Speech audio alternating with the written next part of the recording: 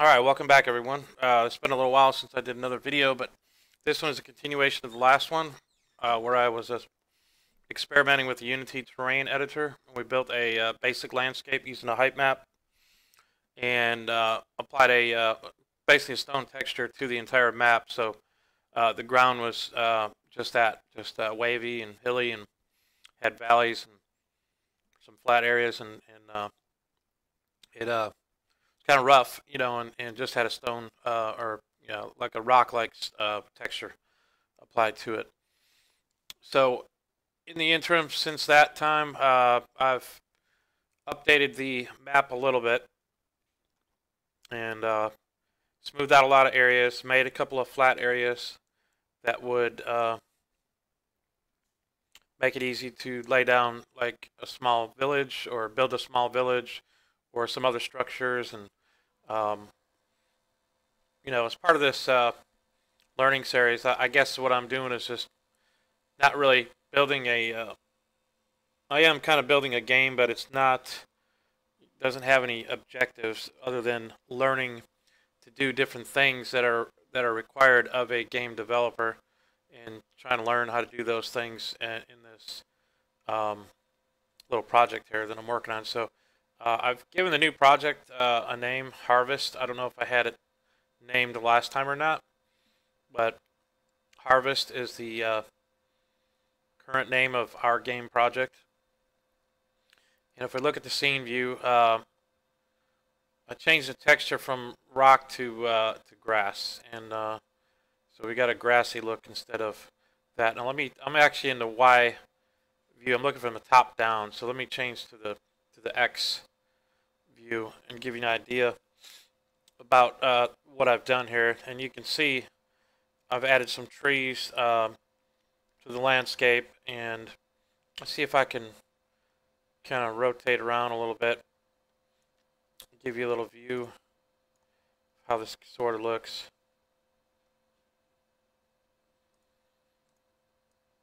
Maybe easier to just kind of maneuver a little bit. So let me zoom out a little bit and then see if we can give you an idea of what we've done here. So we've taken that rock-like structure we had. I raised and elevated some areas, such as this area right here. Made a nice flat plateau, put some trees around it, cleared out the center. And also down here, I've got a flat area, which would be great for building another main, structure or village. Or I don't know exactly what it's going to be, but I would like to have a place where maybe you can take, if we can develop this further, we'll have a place where people can, maybe the player can, as they pick up items throughout the map, certain things you can go and buy and sell in maybe at the trader village or something like that. Some kind of village where it's a safe haven. And ultimately, I do want to add in multiplayer, so that's where it would make it more interesting. But right now, I'm just, again, experimenting. I kind of sculpted out somewhat of a volcano over here. And I don't really have any lava in there yet, but I'll work on that at a later time. But let's see if we can rotate that where you can see that. Let's bring this down.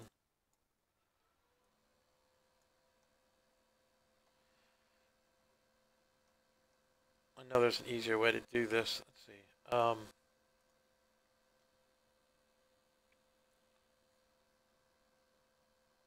It's the move tool. So we want to move, and let's rotate the Z. See, get a better view there. Anyways, that's going up that other flat plateau. It's a different angle. Left a little spikiness over here. Somewhat a little flat area down in there. And then let's rotate around. There's another flat area here. And this is all kind of wooded, kind of hilly up here.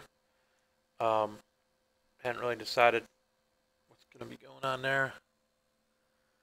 So anyways, that's kind of what I did with the map. Just some basic trees, add some foliage. There's some grass up in certain areas. Maybe not. I may have removed the grass because it seemed to be excessively tall. But I can. That's part of the terrain editor tool. But the standard grass they have is pretty high. Now maybe there might be maybe a way to change the height of the grass. I didn't really look at those settings, but if we need to add in grass at a later time, we'll do that just to add a better effect to the environment. We still have our standard character that we use, the third-party controller, Ethan, that came with Unity. I don't know what we had in the previous episode. I kind of forgot where I left out because I've been tinkering around with the third-party controller code they had, and one of the things I wanted to do was make sure that I can view with the mouse. They only had, initially by default, all it does is have AWSD, and that's it. You can hit spacebar to jump, and you can hit control to crouch. And that was pretty much it. And they had their shift set where if you hit shift, it actually slows down the pace. Instead of, in a lot of games, you hit shift, and it's like a sprint. So I kind of wanted to reverse all that. So I made those changes, and yeah, for the most part, it's doable for now, but I do want to go back and tweak that code a little bit more and really figure out how I can smooth this. The turn rotation is just really fast. Okay, the other thing I also did, if you look down the assets area here, I definitely reorganized everything. When I started importing some of the content that was free and available from the asset store, Unity Asset Store, you know, it started to clutter up and get mixed in with my folders because it was alphabetical.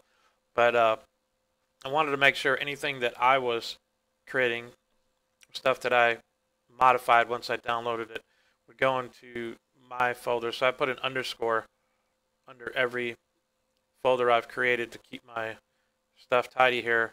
Now my prefabs, I put a double underscore so that it shows at the top of the sort list here. And so right now in our prefabs folder, we have two things. We have our player controller, which is Ethan, and you know the stuff that goes with it, the scripting.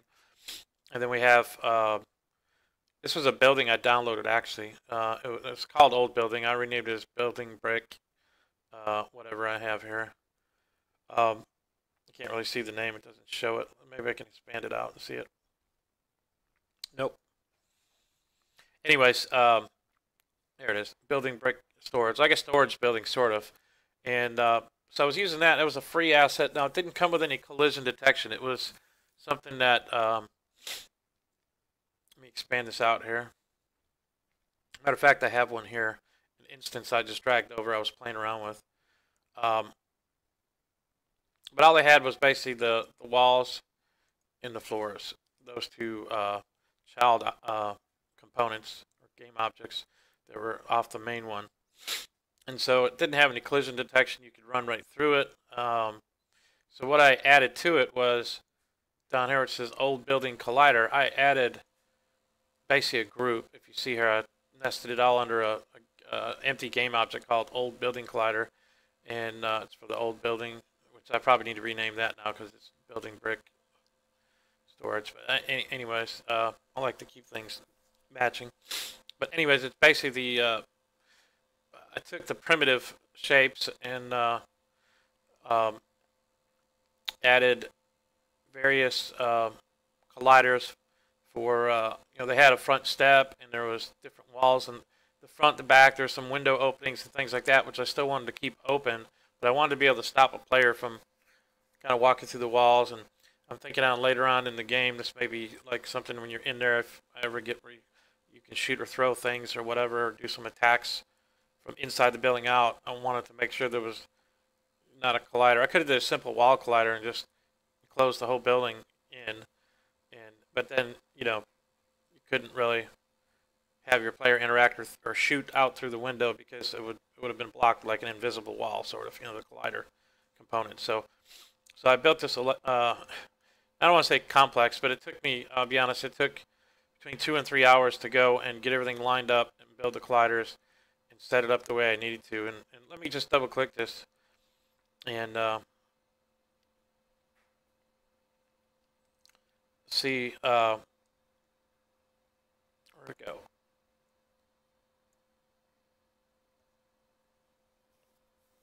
I thought it would just take us to where this is spawned, but anyways, oh, it's disabled. That's fine.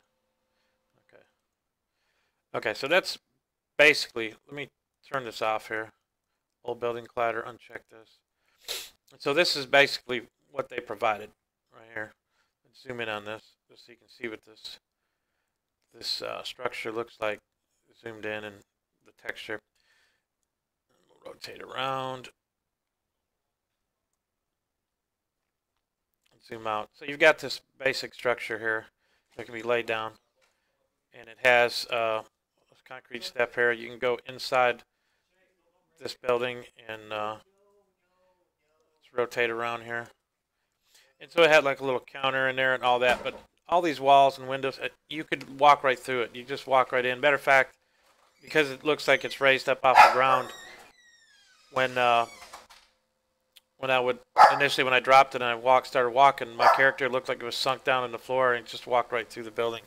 So it didn't come with any colliders or any kind of you know, any kind of components that could interact with the physics engine. It's built into Unity. So what I had to do was add the collider components, which I did, and created this nested, thing here called Old Building Collider. So we can collapse that. And then now I started to add. I'm thinking about spawning in items. Just have random items that could spawn in here. And so I started putting down these spawn locations. I only put 5, and they're represented right now. The objects are represented by these spheres right here. But actually, that was just to show me. Because when I do the empty placeholders, the game objects, which basically would just have a click on one, see, it just has a transform component, which is really just a location in 3D space, and you can't see anything by that. So I needed to put in something, which is the sphere, where I could see exactly where I was positioning that spawn location. So when I get this all done, I'll disable the spheres, and like this, so just unchecking this option, and you'll see that one disappears, but the actual spawn location is still there. So I can reference or access the item spawn 1 and spawn in an item. So that's kind of what we have here right now. So let me just check that back on, and let's uncheck that. So take it out of the instance. I use that just for kind of lining stuff up, and then I apply the changes, which puts it back to the prefab over here, the original prefab that it's constructed from. This is a great way to just visually see it when you're in the designer, and make some changes and then apply it back to the prefab without having to run your game, see it spawned in the actual environment and all that. It's just too hard to work that way. So I found through experimentation it just seemed to be easier to do that. And then I just, like I said, I can check or uncheck it when I don't need it, do that. So let me get back here to the island, to the terrain. Let's double check that. Let's zoom in here. And so what I'm going to do is hit play, and let's just see what we've got right now, how this looks when the players spawned in. And now right now I moved them around. I'm moving around the spawn location, but I spawned them directly inside the structure so that I could see what the structure looked like. And so now if we walk, let me just show you the colliders work. If I walk in here, see, I can't walk through that. He's kind of stopping. The only way I can come in and out is through the front door. Now, if I get close to the wall, though, I will tell you this. If I get close to the wall, when I scroll around like this, I can use my mouse to rotate around. I changed it so instead of the A and D, I changed it so the mouse could move them. But the camera is like outside because it's at a fixed position behind his back, and so it scrolls there.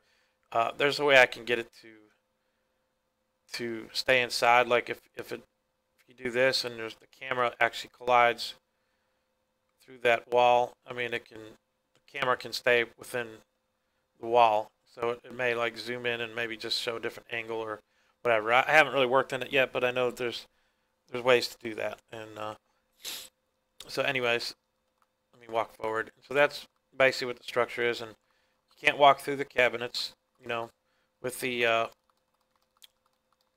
elaborate, I don't want to say elaborate, I want to say elaborate or complex, but like I said, I had to create not only did I do the walls, the colliders for the walls, I had individual colliders for the base of these desks, and one for this thing on the right, this little storage thing with the cabinet door open. rusty storage cabinet. There was a separate one for that.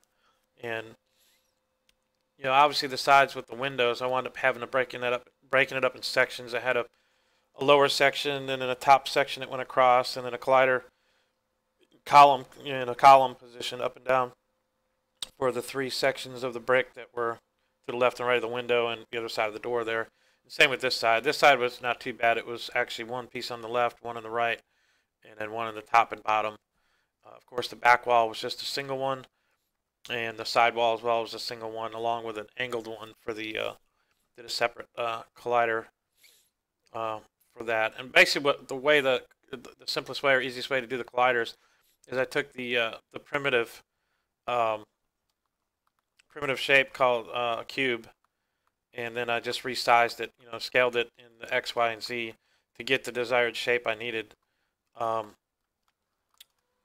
He won't run backwards. That's one thing. I'm hitting like S on the keyboard to go backwards. He won't do that. What I'm going to have to do is figure out what I want to do there. If I want to even allow S, I'm thinking if I hit S, maybe I'll just make him flip around 180. It'll do a slow transition. I'll hit S and he slowly turns around. I really had to slow down. This is still too fast, but when I'm moving the mouse back and forth, I've just about put the variables down to the minimum amount I can, but the rotation, with the third-party controller that's already built in with Unity, I looked at some of the code they had. I tried to modify as much as I could to reduce that speed, but I actually tried to take it all. They had a function called apply extra turn rotation, and I was going to remove it all together, but when I did that, he just wouldn't turn at all, so I had to keep it in there. But I tried to reduce any variables that control speed or movement as much as I could. And I could still do a little bit more, but it was like super fast before. This I could at least control somewhat and be able to see. So let me show you if we run around, kind of how it looks like that. And it's really responsive, I guess. If I want to call it, the mouse is really responsive. It doesn't feel like it's hanging up or glitching. It turns like super easy. I can look down. That's as far down as I can look. I had to fix the, initially I didn't have a limit to how far down you can look. So if you kept holding the mouse, like pulling away where you're looking down, the camera would do a complete flip in a circle. Whoops, we're going off a hill. Let's do a little jump. He's still running in midair. So I need to there's some things to work out, but like I said, I just wanted to get him to the point where I could use him to maneuver and run around. There's a great third-party controller that is much better than the one that comes with Unity. Costs a little bit of money. When I say a little bit, I think it's around $60 right now. It's discounted. Normally it's 75. I think it's discounted to 60. But when you look at the amount of hours you have to put in to build a third-party controller that not only does like these basic movements, which is what he's doing. He jumps, he crouches, and he originally was just navigating with keys. Now I've just modified so I can use my mouse to look up and down, and move around, and just move forward with the W key, and A and D are really not used for anything. It's just W going forward and using the mouse to kind of navigate where to. It makes it easier to navigate that way with this. But anyways, this other controller I looked at for $60. It's well worth the money. It's made by Invector. But theirs does not only the movement so fluid, but if you do your own model, if you do a humanoid model based off a humanoid rig, really don't have to be humanoid, but just a model, a 3D model that has a humanoid rig system built into it. It's basically plug and play. You just drop it in, use their third-party controller. You drop in your own model that's fully rigged and ready to go based off the humanoid rigging system, and it just works.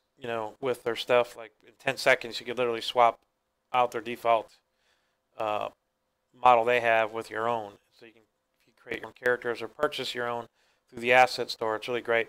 But it's called the Invector third person controller. with shooter or plus shooter, I think is what it was called. Because the normal one they have, it's melee only. Like I guess they're really into the more the RPG and the fighter type style games where you fight with swords and stuff like that, like your samurai swords and all that. But they've made a modification, updated the controller to use weapons, one and two-handed weapons, and so it can be universally used in just about any game that's third person that requires either melee or weapons, guns, and things like that. So, um, but again, I don't know in this game if I'll actually, depending on what I do with it. Again, it's just playing around and learning. It's really not going to be, like I said, may not be a fluid game that makes sense. It's just me learning different techniques and things, how to develop stuff that a 3D game would need, a third-person type game or first-person style game would need. Uh, so I'm learning the basics now, how to spawn items. I'm going to be creating a little bit here. We're going to get started on an inventory management system. And basically what the inventory management system will do is hold and manage, allow us to easily add and manage inventory items that will be stored in the game and then later spawned in the world. So, but today we're just working on a way to store those items, a system that can store and house those items and give us the ability to, like I said, possibly spawn them into any location. And I want to design this in a way that, like, even though right now I have just 5 spawn locations in that old brick house that I dropped in the map here. But what I'd like to do is I'd like to make this a universally reusable inventory manager where you attach it to well, basically you pass it a game object like a model of something, a structure that would have spawn spots in it, and it would automatically extract from the hierarchy of that structure the spawn game objects, and then and it would automatically populate those spawn game object locations with items and from the inventory system. And it would be a random type thing, or it could be based off a subset of the inventory. For example, if I build a like a military style building or whatever that would more than likely have guns, ammo, weapons, things like that, grenades, that it could you could tell it that you just want items to spawn that are, maybe, again, I'll use a tag system on the game objects for the inventory system, and I'll tag all weapons and things like that with a weapon tag so that it could use that tag to filter out just those items from the inventory system. And same with food items and collectibles and things like that. I'll come up with a generalized tag system that can be applied to the inventory items, so they're at least grouped by some kind of category, and then that tag can be used to filter out just certain items that can then be spawned into a certain location or a certain structure, or even if it's just a random spawn out in the open here, like in the world, you just, it would just pass those in. And so, anyways, it might not be tied to the structure. Again, I'm almost thinking if I want to look at something, if I build it where it's universal enough and you can specify what type of items get spawned where, this inventory manager, actually, this script could be really tied to the map object, game object, the map, basically the terrain map, as a script, and it, since all the objects are going to be spawned in, they're going to be part of that map. It could go through the entire map structure, the game object structure, extract out all the, because Unity has a feature, they have a function that you can get all the game objects by tag that are within a scene. So this is a scene that we have. This whole game, this open map that we're running on, the entire thing is a scene. It's a 3D scene. So we could easily extract all the spawn locations into an array, and then from there, it could look at what tag it has on for the type of spawn it is. Like I said, whether it's a weapon spawn, a consumable spawn like food, beverage, something like that, or is it just a collectible like for collecting rare gemstones or whatever it is, something that you collect and maybe use in some other way or trade out at the market. I'm not really sure. Again, this, like I said, this is experimental. It'll evolve as we go, and we'll learn as we go. But so yeah, there's several ways to do it. But I think now that I'm thinking about it, an inventory manager for the entire scene or for the game, which is multiple scenes, really just can be tied to the game itself, the scene or the map. And so that's probably what I'll do. That's the first approach I'll take. And if that works, great. If it doesn't, then maybe we need to look at we write the inventory manager once, but we can actually add that component, that inventory manager script component, to any game object we want. So it could be, like I said, it could be added to the any model we want, like the structure of this right here. It would have its own inventory manager for the type of items. But I think that's kind of be a nightmare. Even though it's one copy of the script, just having it attached as a component to everything, just to me, that just doesn't make sense. We'll just attach it to the map and let the code. We'll write some code that does what it needs to do to get the right items in the right building or structure or location, spawn location. So, anyways, like I said, the spheres are there as just placeholders. I can't actually collect them. I don't have any script code written to interact with them or pick up those items. This is really hard when he leans. When you go left and right, he kind of leans, kind of funny, and it's just kind of difficult to navigate right now. It's not exactly the easiest thing. So I need to get a better controller. This controller is horrible, the way they have it. I'm almost thinking about starting fresh. Forget even the animation part of it. Not even worry about doing the animations, and even if he's standing still but moving around, I could write a better script probably and get it the way I want it. But like I said, I might just buy one because this other one does so many things. So if you get a chance to look it up, again, it's the Invectro third-person controller script with shooter. So it's actually pretty good. All right, so let's do this. Since you hadn't really seen this map too much, other than what we had before, the rock structure, let me just run around here a little bit and see if we can check out some areas. Now I added the shift. I added where it does a sprint. It's almost like, I think it's 2.5 times the normal speed, so he can really sprint. And like I said, if he hits a hill or is in the air, sometimes he just keeps running in the air right now. He's running so fast, you don't even have time to fall.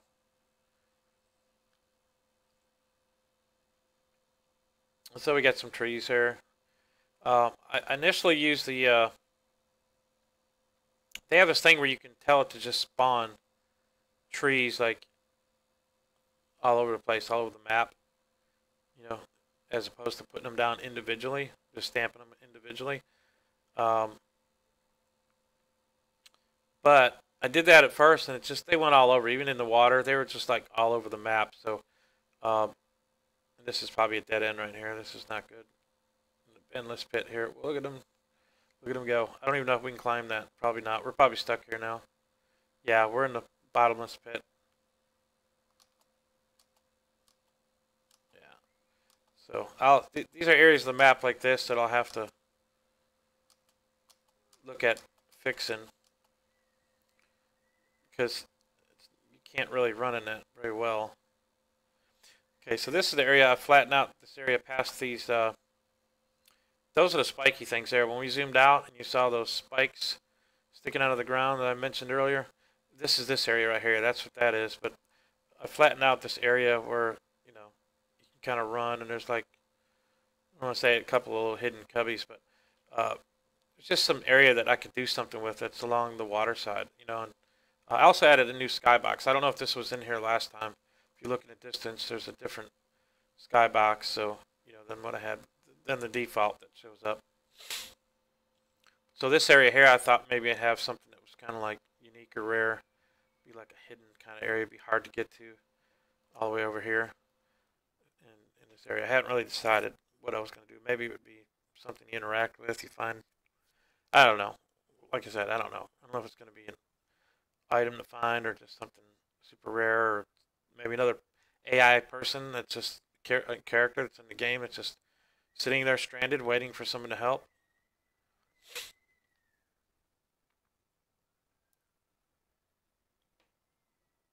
Yeah, it's real sensitive with the mouse, and I'm going to probably try to decrease that because this is crazy. Let me jump. Jump. Yeah, this is funny. See, he doesn't do that when you run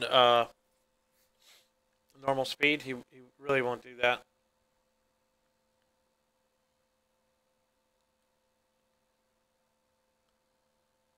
Yeah, so we'll just keep running, explore a little bit more. Maybe we'll try to get to that volcano area that I was talking about. See, this just give you an idea how big this, really. It don't look that big when you're zoomed out in the editor, just kind of looking at it. Doesn't seem so bad.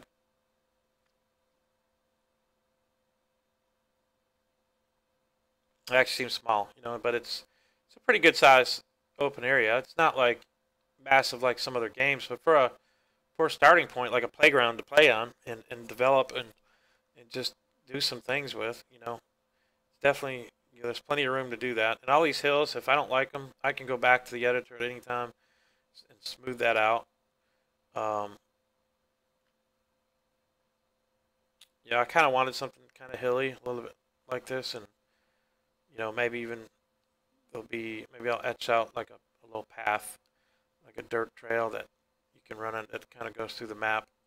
It will lead you to, like the branches of the main. We'll have a main road that runs through from east to west, and one from north and south, and then it'll have these little vessels that'll come off at branches and lead to smaller areas where there's some things that can be done, some interaction.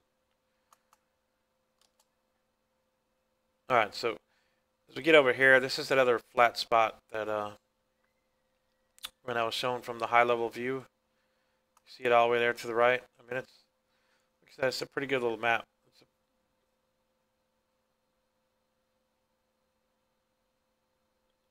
Going back to the having it auto render all these trees, it just threw them everywhere, and so you'll see a lot of them are really clustered up. To me, it's almost overpopulated with trees, so I'll have to go and thin some areas out. I thinned out, like I said, the areas that were flat with no trees. I already cleaned all that up. I went through the entire water system around the island and removed all those, and it wound up being, that's where the bulk of the work wound up being, because it auto generated in about a minute all these trees, and then it took me like an hour to go clean up the mess. You know what I mean? So I've learned not to do that. I'll just use the tool to specify where I might want some trees. And so yeah, this is a fairly large flat area here, and I've painted different areas of this map with they have a paint tool, like you can paint a texture to it. So this I made it like a rocky plateau texture, and over there you see in the mountainside it was all grass, green, and some of the sides were kind of rocky, but with some green. There is some grass you can just throw in there. I might still have a patch up top here. We may try to cut through here. Now this is a very dense forest area here. I could see having like some wolves, AI wolves, like running around out here. Again, I hadn't really decided. It's going to be just a mishmash, a hodgepodge of different things, but it's just going to show off a certain, game skill that I needed to do or learn, or whether it be AI or interacting with the wild animals or another human AI player.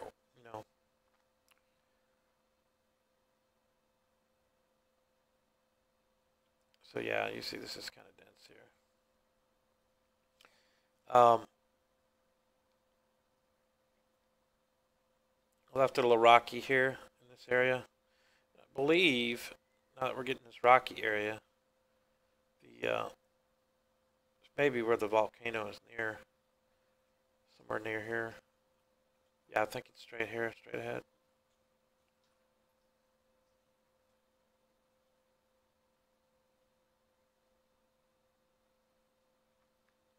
Yeah, but you see there's like trees growing through the rock. It just put them all over, so I'll remove them as I need to. But let's see, is it up here?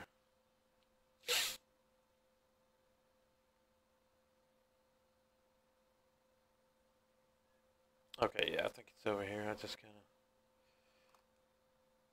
see if I can get there without falling down in it.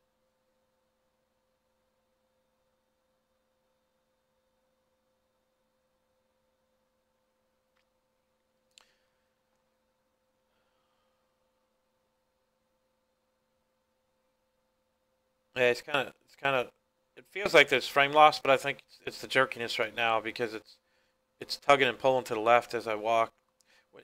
I noticed this third-party controller works great. It worked great when it was on flat ground, but as soon as you drop it on a terrain that has hills and curves and it starts acting up. But I'm trying to see if I can even get a good view down here. So when I start pulling down, he wants to. So that's the pit there. You can see there's some water, just water down there, because the water layer that was put in here went right across the whole map at a certain height. And as I dug down here to dig this like a crater, it automatically had the water kind of seep in through there. So I need to change that to like lava to make it more realistic and maybe have some particle effect system in there that does like some steam or shoots up little bubbles of lava, that kind of stuff. So I'll be working on some of that later on as I polish this up and just kind of really trying to go through all the different things in Unity and incorporate them into this hodgepodge of a mess. Um, yeah, so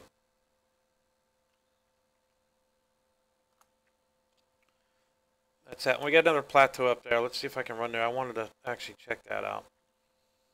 That's going to be more like the high grounds. That's almost like where the elves would be.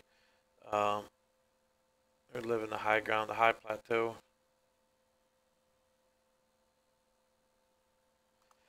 So this is actually a pretty high point too. You can really see the map from different areas.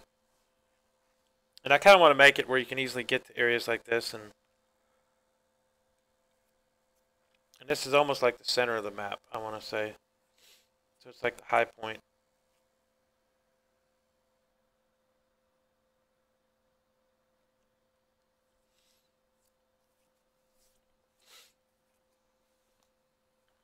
Yeah, so I think this is going to be like a survival.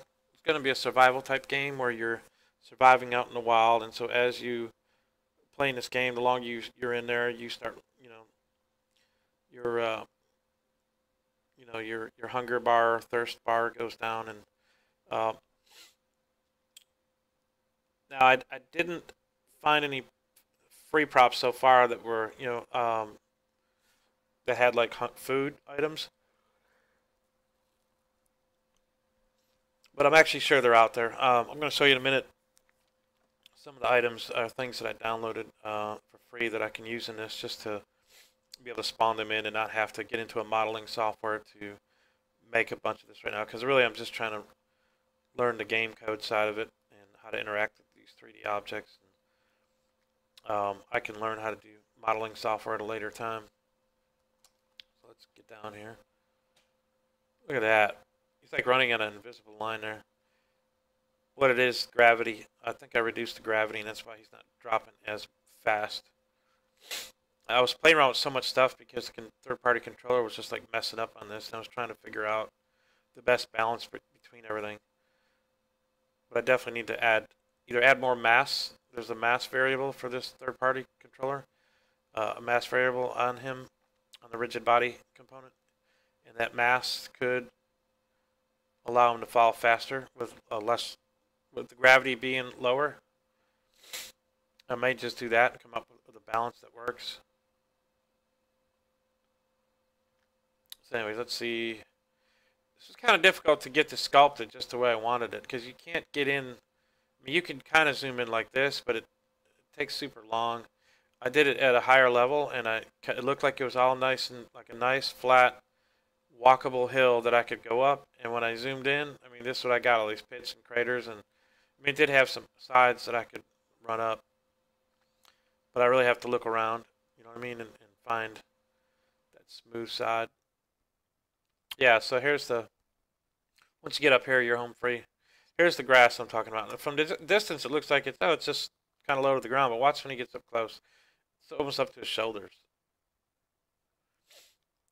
Matter of fact, it looks like it's as high as his head.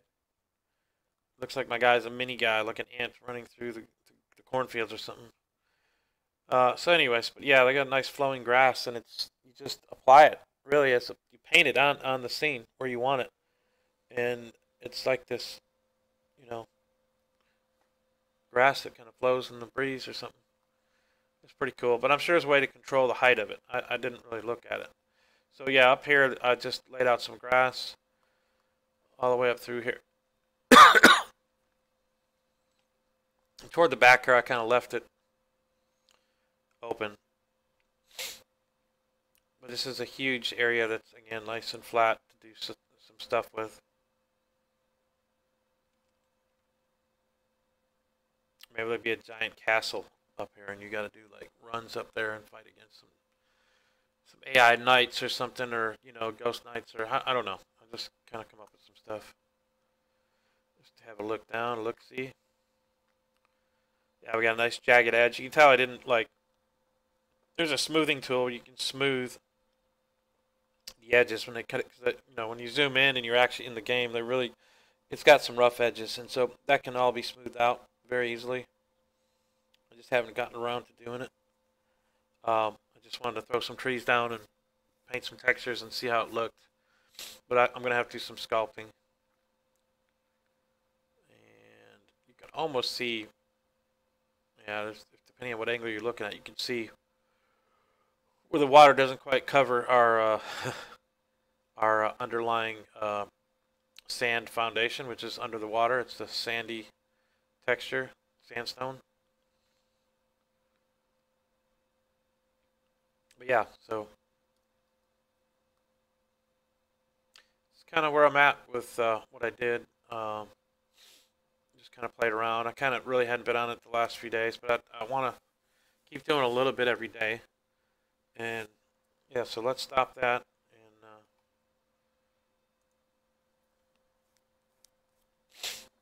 yeah, so we were up there. That's where we just stopped it at. You actually can see the water doesn't overlap as far as it needs to go. I might need to increase that water seafloor. Water spawn. Yeah. We might need to go up. Maybe we'll do like, let's do 3,000. 3,000. Yeah, see now that definitely covers the square here. Let's rotate around. It covers everything. We can go to the Y view here and zoom out. We could also clearly see. Yeah, so when we're looking, we won't see because the water would be seen. We won't see this. I wish that we could make that circular as well. Then the skybox around would really look pretty good. I might even expand it out further. We'll see. I don't think it really takes a big performance hit having all this empty space out there. We'll see. We'll look at that later. It's like it don't even matter. Anybody can go in there and change the number. Let's get down to the real stuff, which is writing our inventory manager. Okay, so one other thing I want to get at before we jump into that, I was going to show what I downloaded. I haven't really looked at any of this. Well, the mountain terrain, that was just different terrains they had for textures and prefabs, some stone, which I applied some of those as textures when I was doing that. But let's see, what is this? Oh, Rock Pack. There was a company that came out with a Rock Pack prefabs. And so yeah, it's got 3 different kinds of rocks that I can drop out. They're 3-dimensional, so I'll have some rock structure. Now, I don't know if they have a collider built into this. I meant to click on it and find out. Let's expand that and see what we have.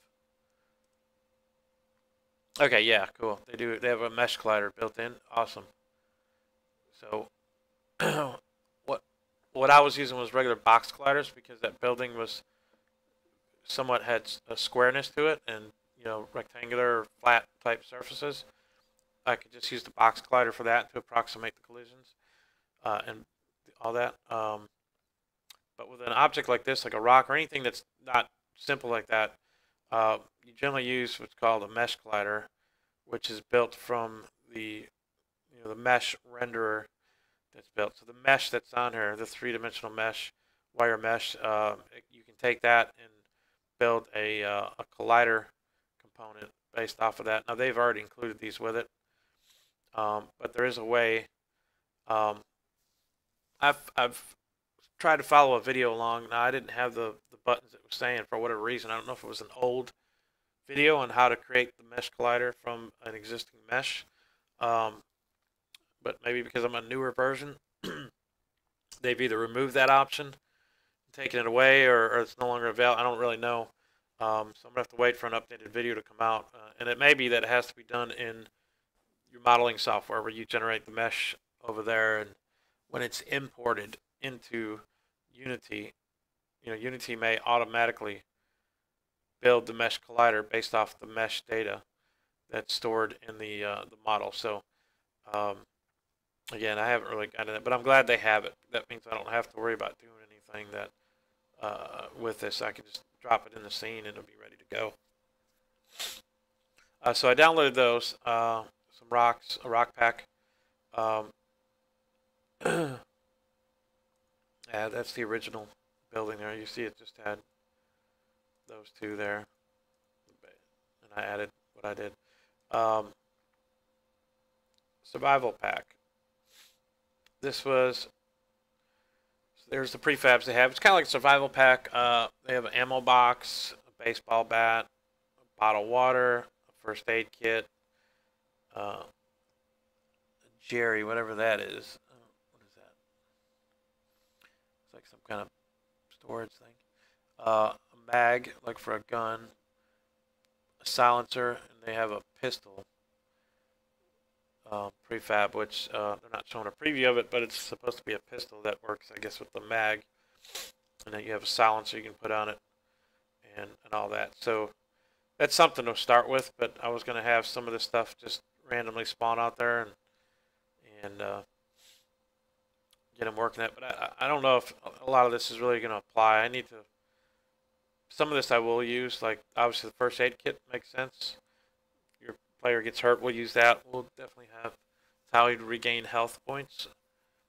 And then if I can't find any food items initially,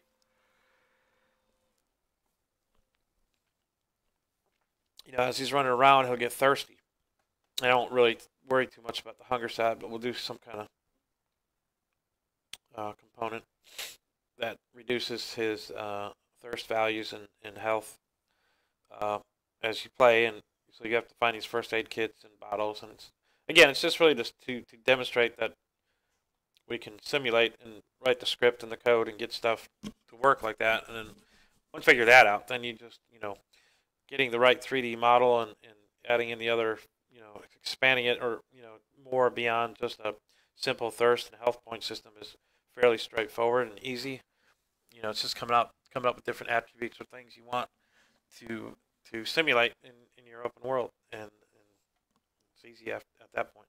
It's getting the mechanics down for this and making sure everything works the way it should, making sure you can pick up an item and put it in his backpack, for example, online, his personal inventory, and the inventory manager is going to be maybe that's kind of the overview for the entire inventory management for the whole map, the whole game, and then I'll have a subset of that, which will be kind of like it'll be a default amount of inventory you can carry on the person as you're running, and so you collect those items, and I'll allow certain items to stack, and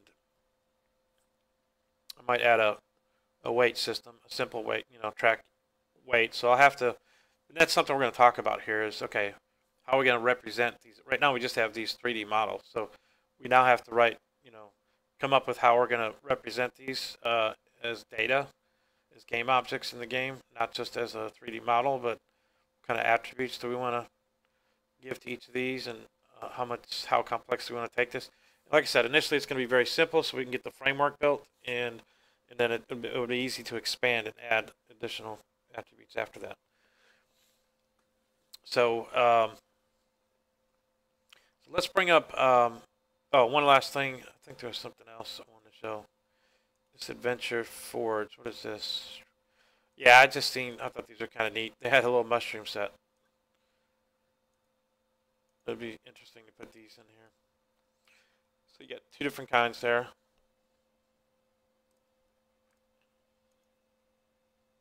And let's see, what are they?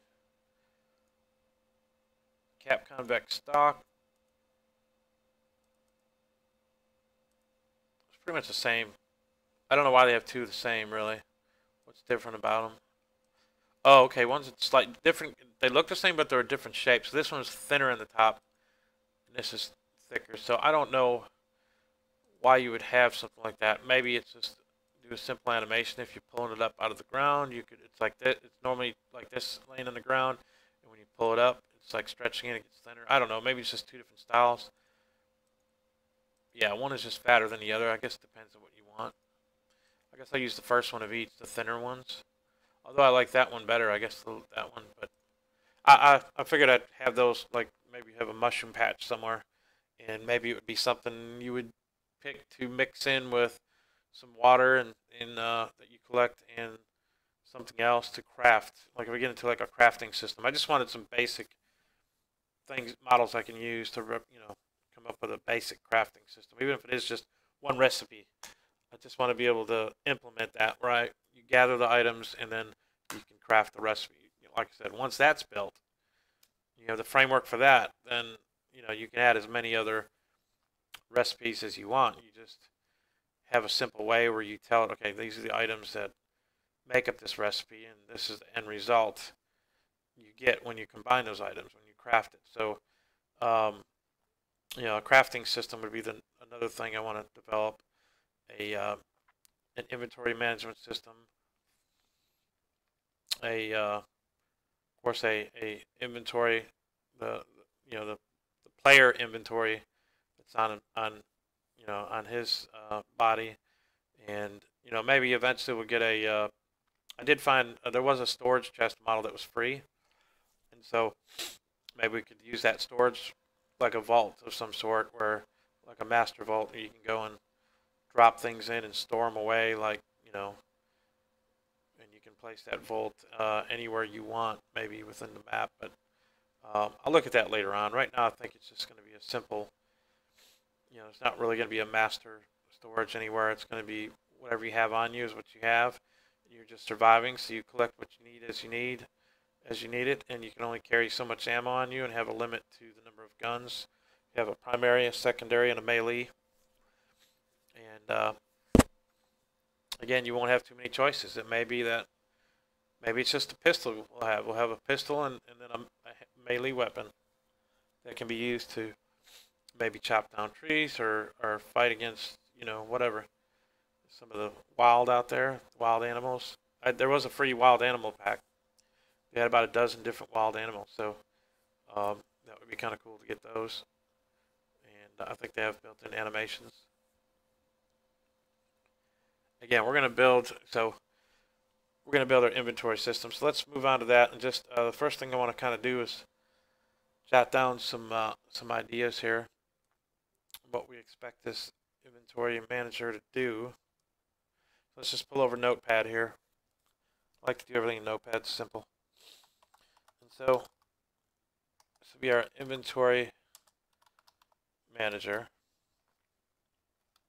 Can't even spell inventory. INVENTORY. Okay, inventory manager.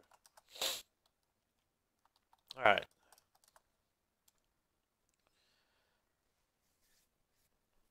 Okay, so and I'm just going to list a bulleted list of some of the things that I can think of right away that an inventory manager or management system should do. Obviously, the first is to store all game objects that player can pick up, use, or consume. It also needs to, let's see, we want to provide ability to auto spawn items in a map in designated spawn locations. What else? Come on, give me some ideas here. Throw them out there. Give me just 1 second. I need to switch over to something here.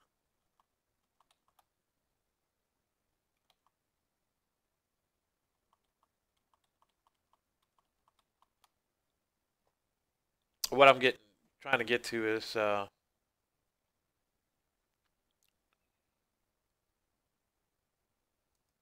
my channel page.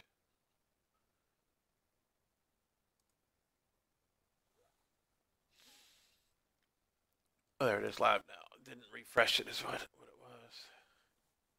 Okay, so now I'm in my channel page, and I think it shows. Okay, I do have a little chat window off to the right.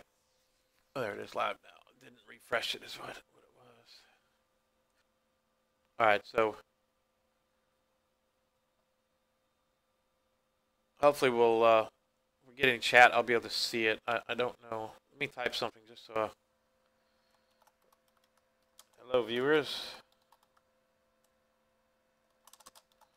How are you today? And I did that in all caps.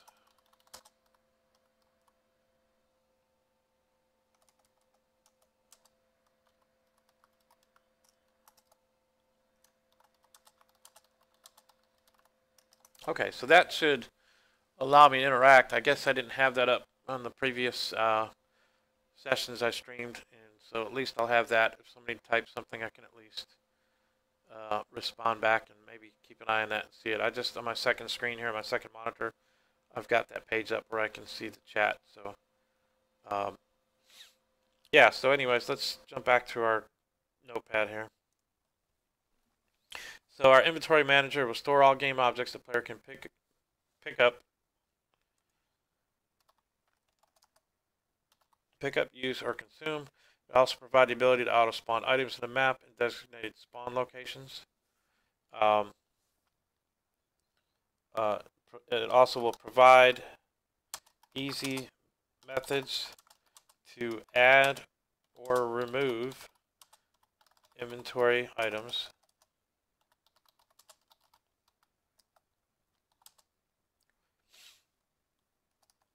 We might come up with some other things. I don't know what right now. If I think of something, I'll add it. That's the basic thing of the inventory manager. Now, looking at the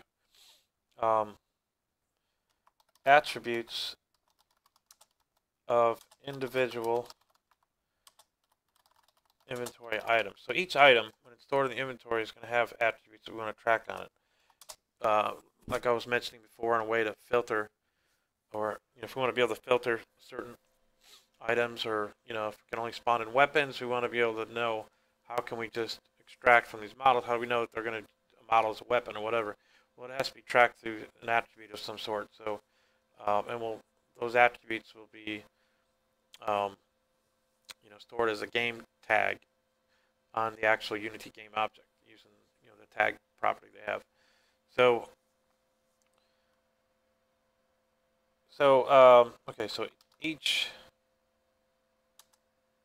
item belongs to a inventory category, we'll say.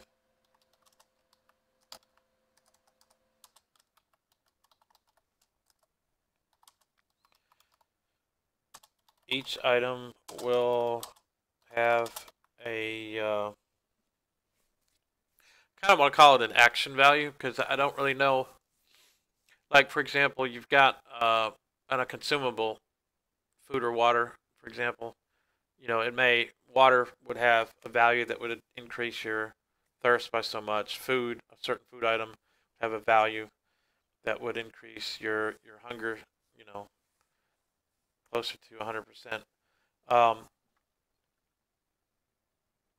but like when you pick up a clip, for example, uh, that would be a little bit different. There'd be a value that represents, uh, the number of bullets in that clip, and which could be a 10, 15, 25, 30, 100, whatever.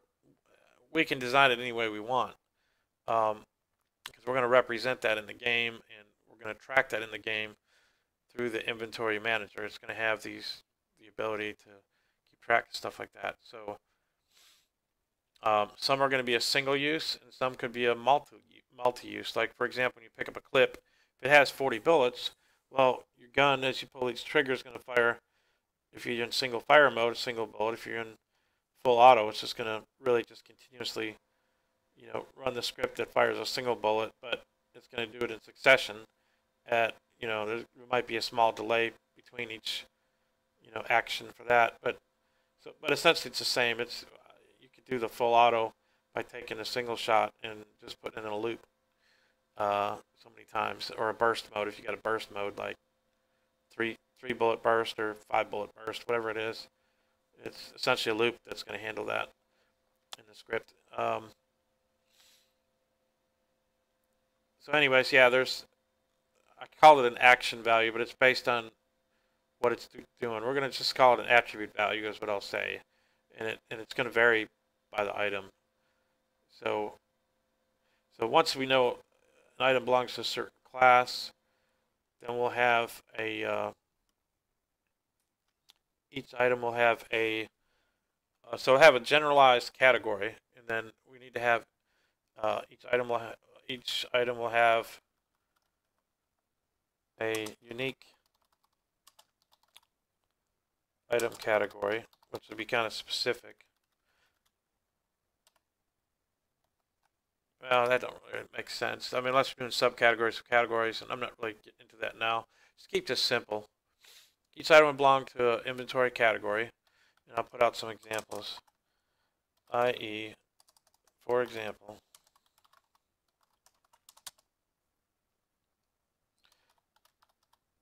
consumable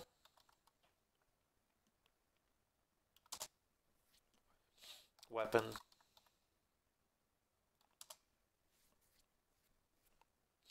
or we'll call it a collectible or an item you can pick up collectible. Well, you can pick them all. We'll call it a collectible. Something that you don't consume and it's not a weapon, but it could be a collectible. It could be something getting used in a recipe or something you just collect. So, and that's kind of the general categories. Or maybe we can expand that later, but initially we can keep that fairly simple. But now we're going to have to kind of subclass, or really are going to have to break down the consumables, because then we're going to have to decide, like, okay, what kind of consumable items are we going to have? Okay, so each category will contain one or more. We'll have one or more subcategories. I'll call it subcats. For example, consumables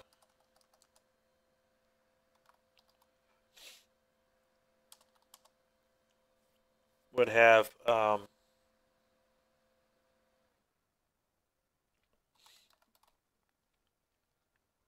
water, food,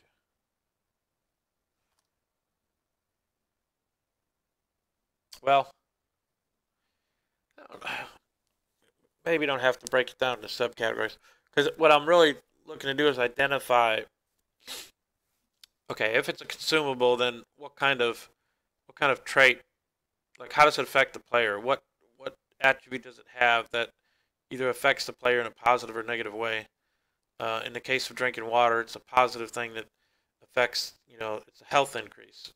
That's the attribute for that. It gives you, I mean, not a health increase, but a thirst increase. And so each category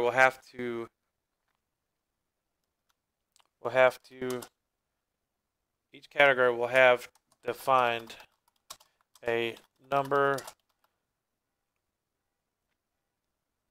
of shit. I just was saying what it was and I kind of forgot. But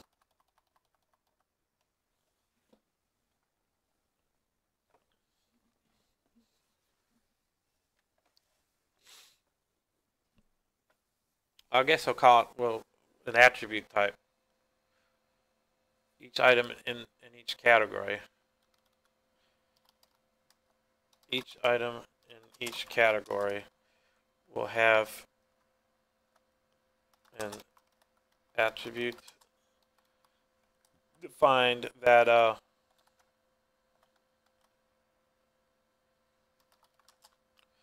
determines how it is used in the game. That'd probably be the most general way I could say that. And like I said, what that means is like, the water is a consumable, and the attribute that it would have defined is that it increases. It's a thirst regenerator, or a thirst increase. Um, you pick up a clip, then it would be, like an ammo increase.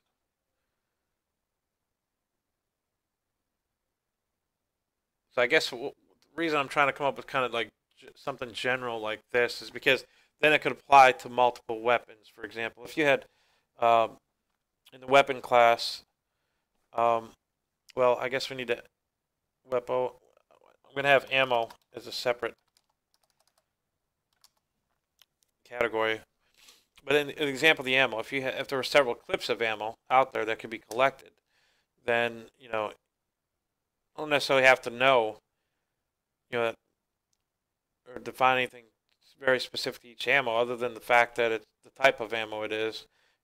But as far as the way it's treated in the game system, it's still going to be treated as ammo that is a collectible item that you can pick up, and it's going to have an attribute of like the bullet count and maybe the fire rate.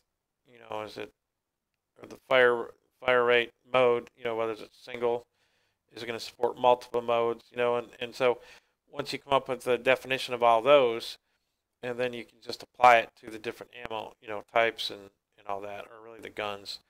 The ammo is really not going to matter. The ammo is not really going to dictate the fire rate. It's more the gun. So the gun would have something like that. But you know what I'm getting at. And then the consumables are, like with the water example, it would increase the thirst. So, uh, and then there may be food for hunger. Um, Taking a first aid kit, which is a consumable, would increase health. Each one is going to have their specific attribute that defines what it does in the game. And so I guess we could just call it, when I say each item in each category will have an item. It's really an item type that I would define, because based on that item type, we'll have an item type defined that determines how it is used in the game. Yeah. So we can classify, certain items as consumables, but then within that, each item would be defined. Okay, this is water, and what it does is, increases thirst. So it'll be, we'll build a list of all these predefined types or attributes of all the items you can pick up in this game, or consumables, weapons, ammos, collectibles, all that stuff.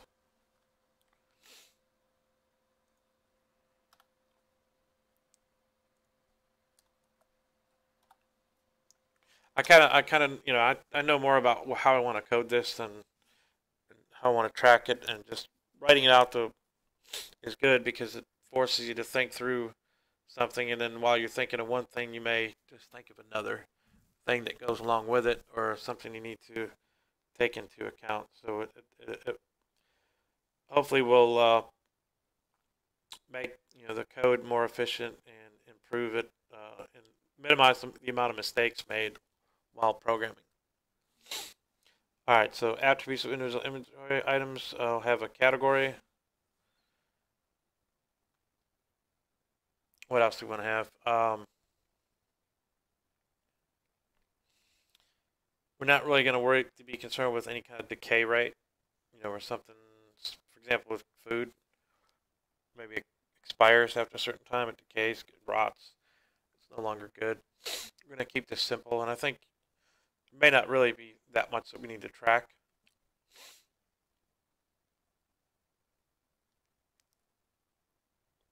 So basically have a category and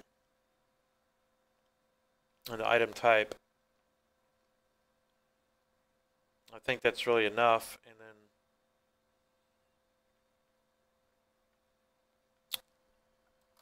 okay, each item will have, now this is what I'm going to call this action value that I was referring to earlier, and I'll just define this as this is a value that is used to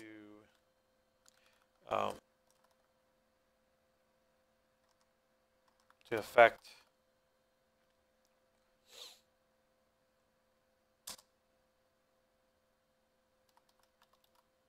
player state within the game.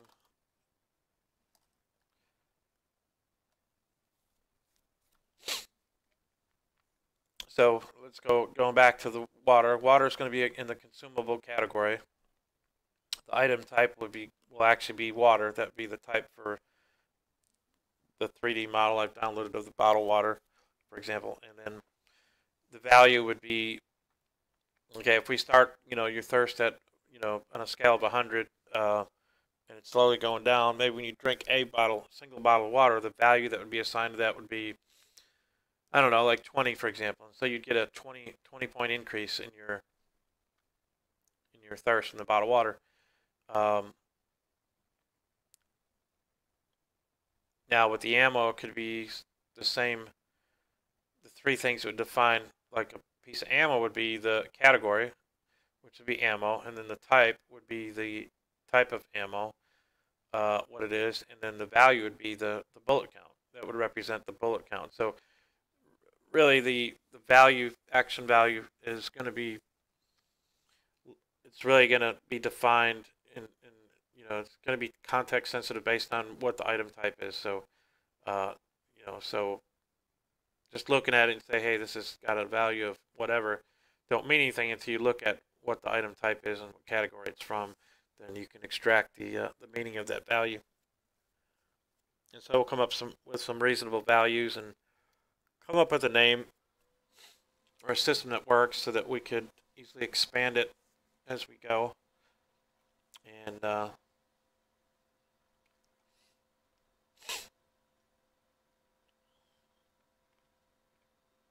yeah, so right now I see consumables, weapon, ammo, collectibles.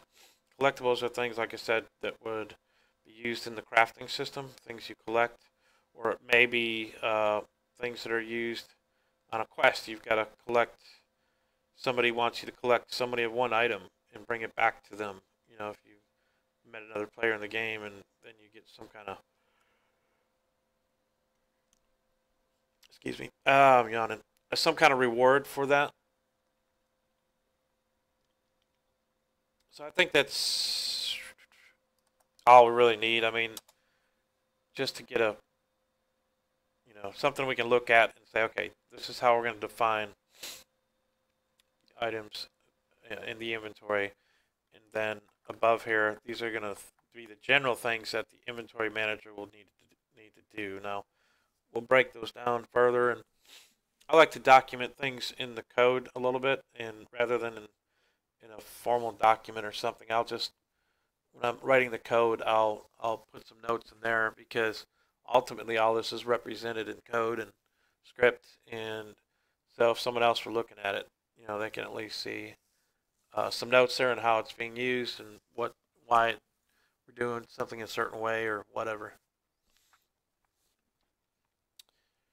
So I'm thinking that's going to be a good start. We may come back and modify this as we go if we decide to come across something we think we need to add to this as we're doing this. We'll come back and update this document to reflect what's actually being built in the game. So, but this gives us a starting point to get our thinking caps on and focus in a certain direction on what we need to do. So let's save this file. We're going to just save it to the desktop again, and we're going to call this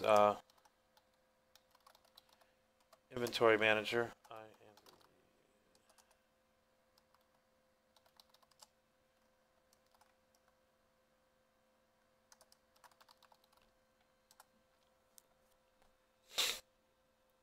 All right, so let's close that. Actually, what I'm going to do, take that back. Let me go back to desktop. I'm going to open that file.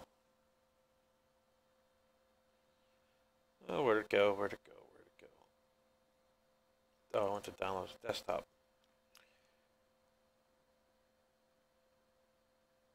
Inventory manager.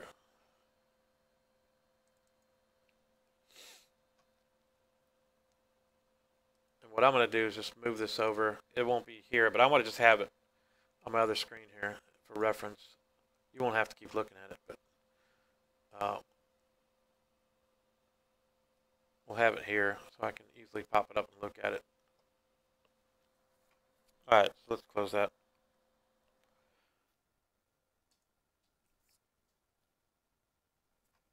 Close that.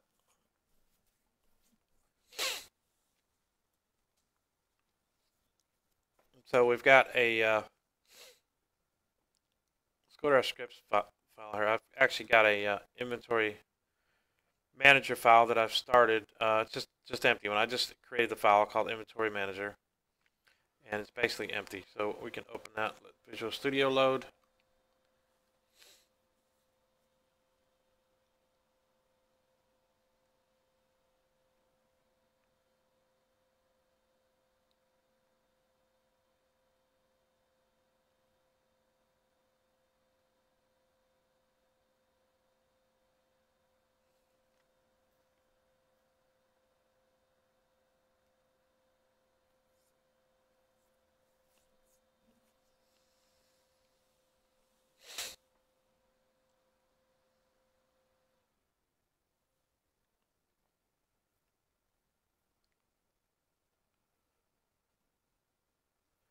Yeah, so like I said, I might get into this and start scratching out some stuff for this, and then could be changing it quite a bit.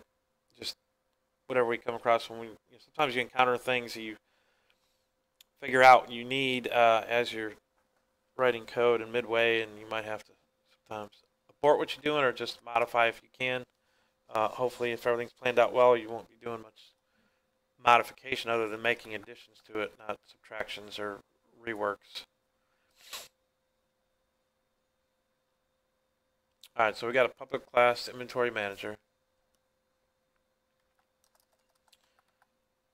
And so in that, we want to define a well, I want to define another class.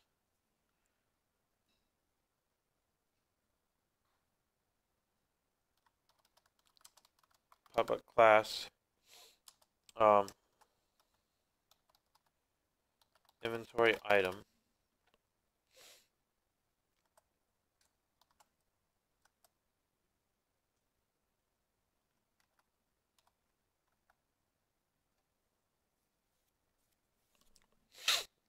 And so we know that we're going to have a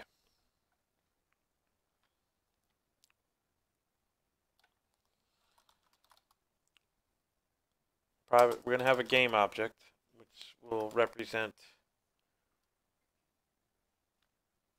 that item,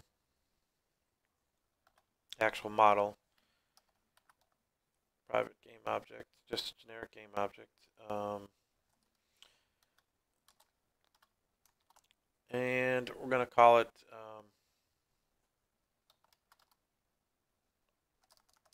just call it item.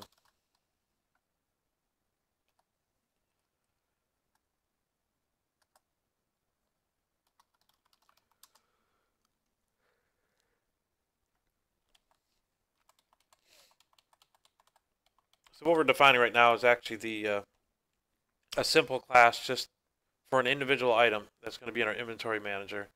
And we said that each item is going to belong to a category. So we want to have a, and since the game objects, I mean, yeah, game objects in Unity all have this tag property, and it's basically just a text string. And you can do comparisons. We're going to keep our inventory category the same in a string, so we'll define this as private string category m underscore. Now the m underscore naming here, that is, there's several ways to do this. Some programmers just anytime you're defining members, what they call members, or basically they're variables that are part of a class that belong to that class, you usually prefix them with m underscore, which stands for a member. So if you just had the variable item, I mean, you can define that really item anywhere you want in your script or code. But because this one is kind of unique, that it is a variable called item that belongs to the inventory item class, we put the m underscore before it, meaning it's a member of the class that we're referencing, and then we give it the name. So you can easily, if there was another item somewhere else, variable, you could differentiate between them, one being the member of inventory item class called item and one not. So it's just a simple way to do that, because sometimes you can't see what class an item is from, but you'll know that if it's got the m underscore prefix before it, it's a member of a class, as opposed to a standalone variable that's not part of a class. But again, that's not required. You don't have to do that. You can certainly write it without it, but it makes it easier to read the code, and it's standardized, and programmers across the world have come up with coding standards or techniques, things they use to make things easier to read and understand, and try to do something that works. So they're all on the same page. So especially when you're developing in a team environment, it makes sense to do it that way. Okay, so the last thing we said, we're going to have a category, and then we're going to have a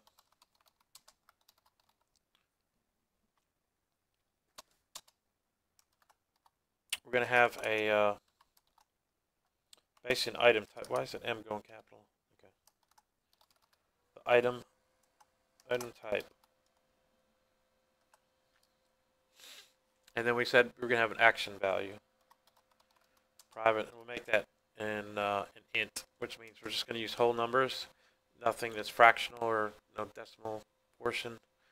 And we'll just go with whole values, and this will be the action value. Okay, so that's our basic data structure there that will define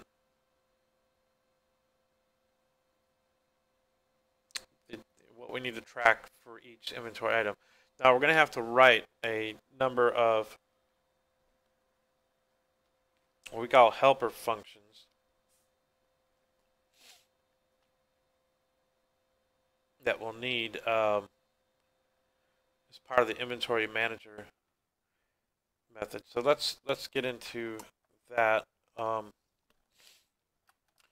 So we said we're going to document this right here.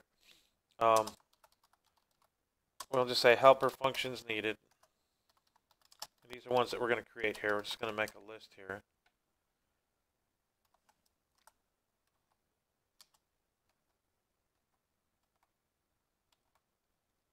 Okay, so one, we need a function to add item. And I'm just going to do that with parentheses, meaning it's a function. We'll need one to to remove item. We may alter these to the exact names. These are just kind of generic names that were just kind of just to trigger our our thought process on what we're going to need to put together here. So basically, with the inventory manager, we're going to need to add items, remove items. We're going to need a way to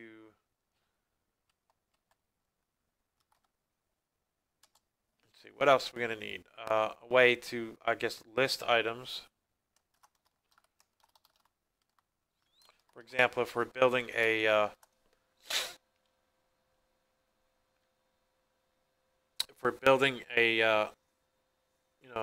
basically a screen where, to make this easier, I mean, we could go into basically we could go in and hard code.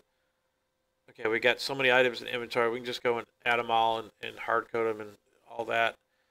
But what I'm trying to do here is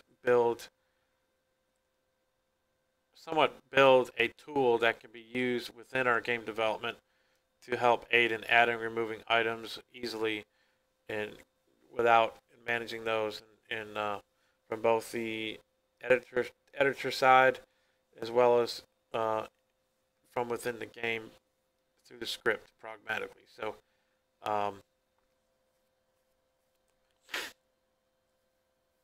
and I don't know. Again, I want to keep things simple, and like I said, we can always evolve this into something more complex, and add features and things. But let's think about what we need in the game. Like because again, this inventory manager, like I said, is going to be here to be able to add items and let's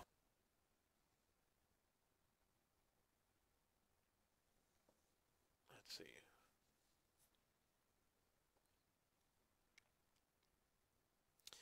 Yep. Actually, when I say list item, we'll need to get an item.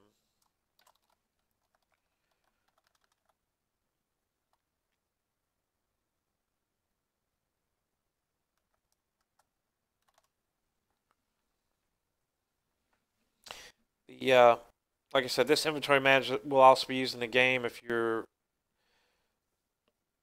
in your built-in storage space on your character. There's going to be a certain predefined amount of storage that the player can keep on them.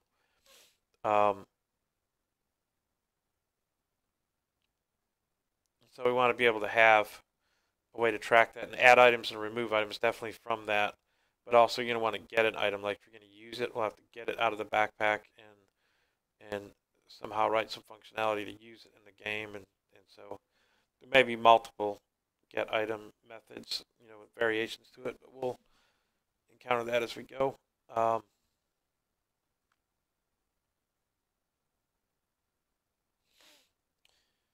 So maybe that would be enough to get us started. Those are really the three basic things we need.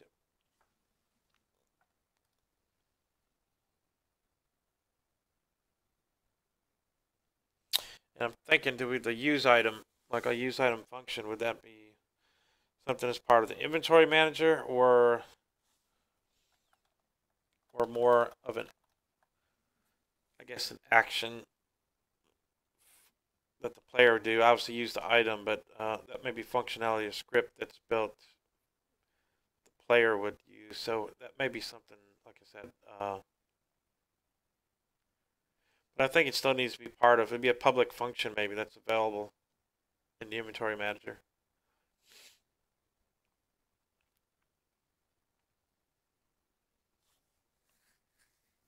I don't know, we'll wait. I think we're going to have to have a separate manager for the, like this would be the game inventory manager, then you've got a player inventory manager that we'll come up with.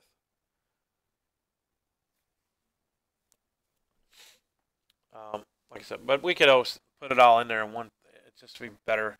We're looking at players that's going to spawn, and do we want to have this massive inventory item thing? We're gonna have to, I guess, create one anyway. So maybe we'll put it all together.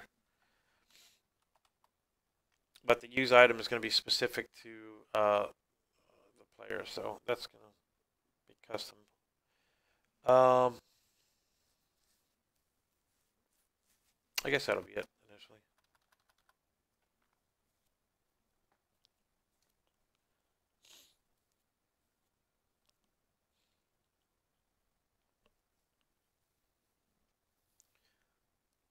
All right, so the other thing we can do here,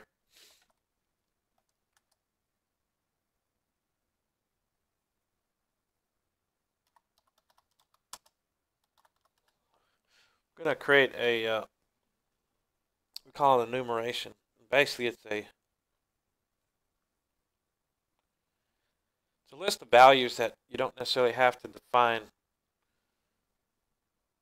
any value to it, because by default it's going to use an indexed value based on the order it's put in the list.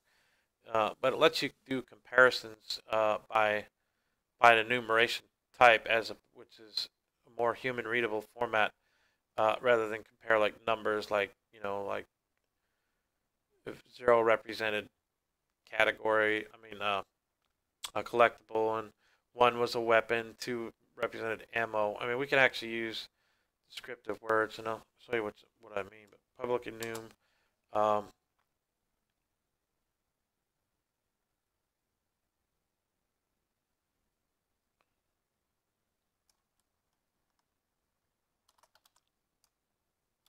Okay, we'll just call it. I really don't want to get into really lengthy type, but I think I'm going to do it anyways just for readability. I could have done INV cat for inventory category, but I'm going to do inventory category. And then you do a curly brace here, and you just start typing your categories. Now we said we were going to have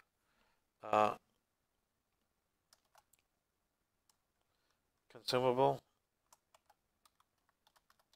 I like to do these all in caps just because you don't have to. You can do them any way you want, upper, lowercase. When you're doing string comparisons, like it just just easier that way.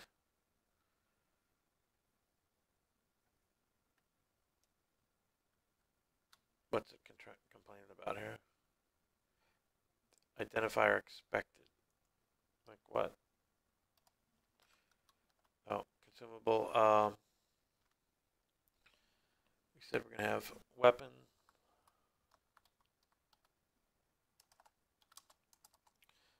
Ammo. And a collectible. That's our basic things. What's it complaining about?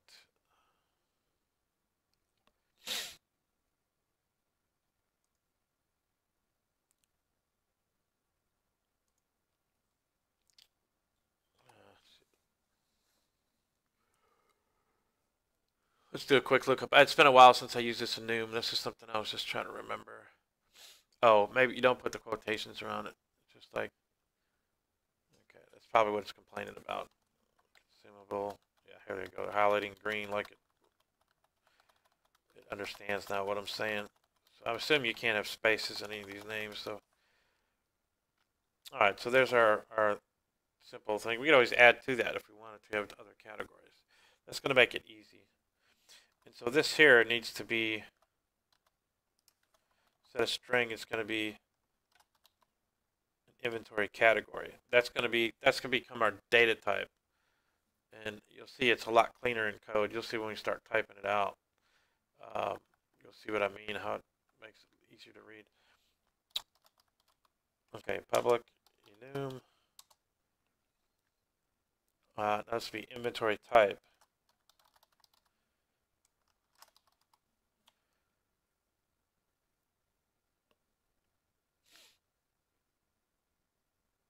And we said for that example, let's go back to our, I'm pulling up the notepad we wrote to make sure it's up.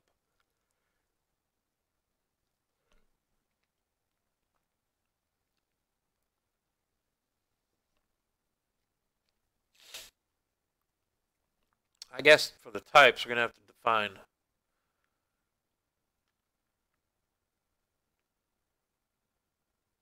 several types. And because our consumables,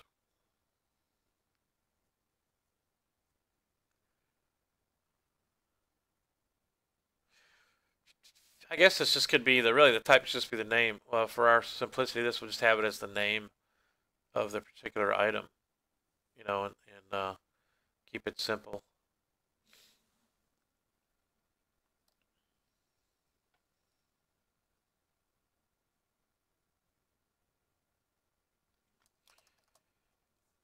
So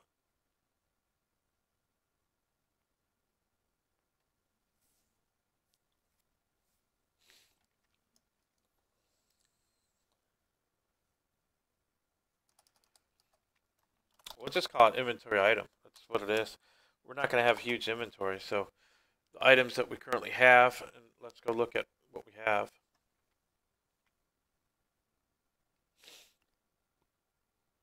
What we're going to be using here is what we have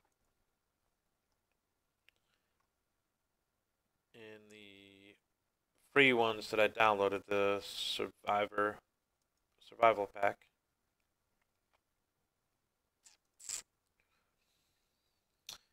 So there's an ammo box.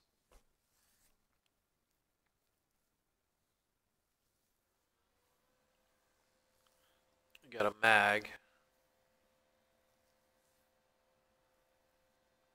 I guess we got to figure out how we want to. We're going to use both an ammo box and a mag, or is a mag going to be something that automatically comes with so many bullets? I mean, if you shoot out so many bullets and you drop that mag, you know, we got to retain the actual remaining bullet count. All that needs to be tracked with it. So think like an ammo box, when you pick that up, that's like your standard you have. So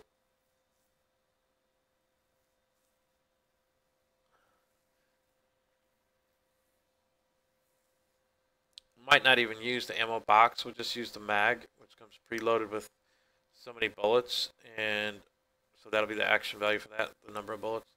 And as they're used, it will be tracked with that object, and if it's dropped, you know, it's going to keep that bullet count in there. Although if we use the ammo box, when you find those, you can reload your mags.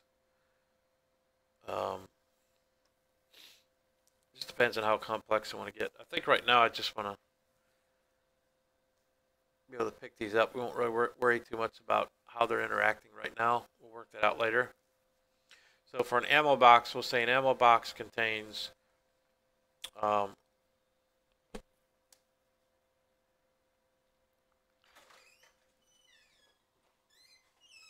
say an ammo box contains 100 units in there, whatever it might be. And then a clip can hold 30 at a time. And so if you have ammo boxes on you, you can reload your clip, which, you know, is where the gun actually pulls bullets from. So if you don't, once the clip runs out and goes to 0, you can't fire anymore. You have to hit R, for example, to reload, which will pull from the ammo box that you have in your inventory, and it'll reload that clip for you. Or you can switch clips. You know what I mean? That maybe down the road, but I think mainly this will be set up where you just have a single clip and you carry additional ammo boxes with you.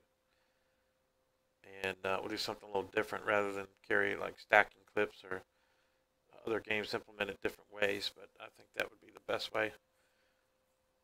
You have a single clip for a single gun, for each gun, and you reload the clip from the ammo.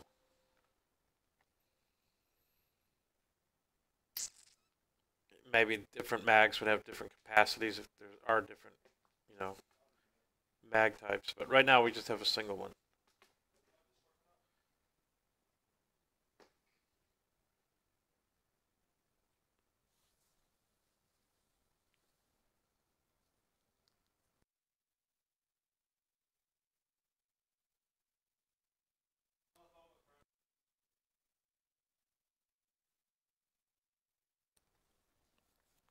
All right, so let's use some of this. Let's write down. I'm gonna jot down here in this notepad file and write. We're gonna use the ammo box,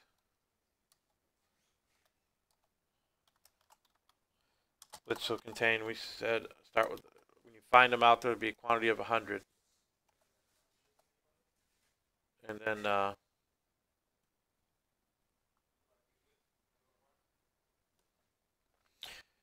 there's this baseball bat. I don't know if I want to.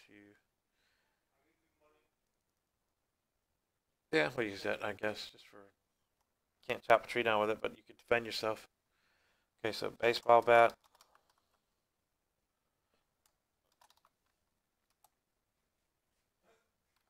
And that'll do a let's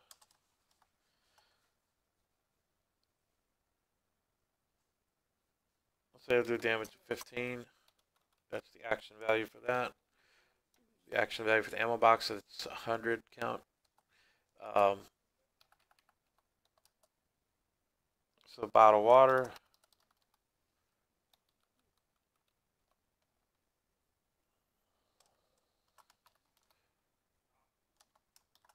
It will increase your thirst value by 20 points. Okay, first aid.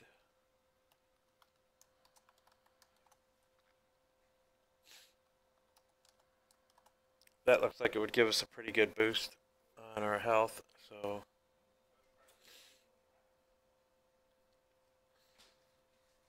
let's say it does like 50, like half, let's say.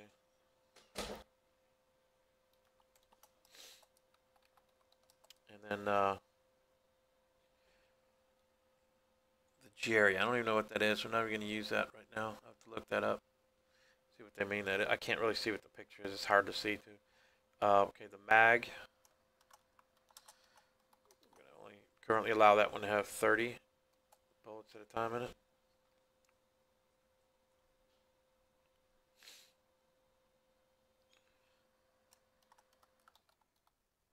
Okay, the pistol.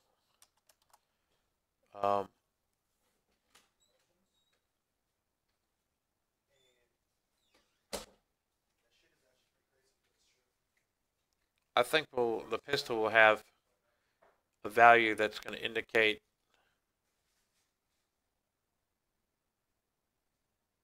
the mode, like the fire mode. Basically, that's the way its value would be interpreted. And so 0 would be single fire.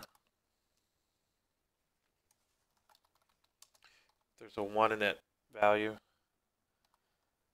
Be burst mode. We'll call it, let's see,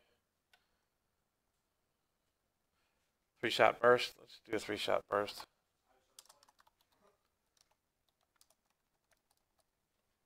And then a 2 would equal a full auto. Where you hold your mouse button down and you pick up a gun that's in fire mode 2. It'll just unload those bullets. Full auto, yeah. Let's do that on those. It's on the pistol, and then the silencer.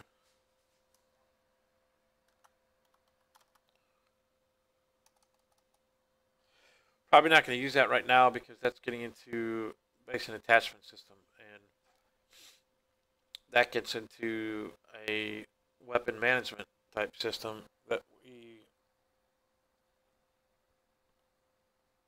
need to develop later on. But right now we're just looking at picking up items and setting some values on them, and then they can be used in the game. So, all right, and let's define our player backpack.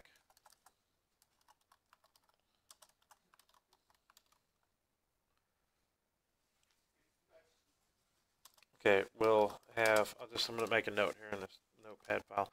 The player backpack will have, I'm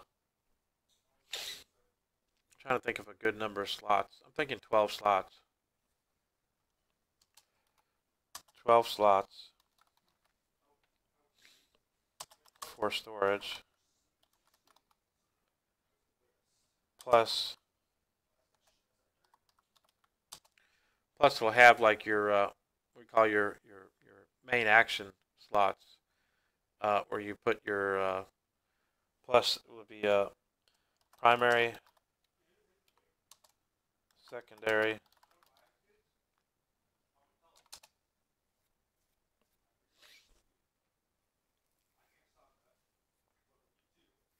For the primary, you could equip your whatever weapon you're going to use, gun. Secondary would be your melee. In this case, we got a baseball bat, and only a pistol for the primary. And then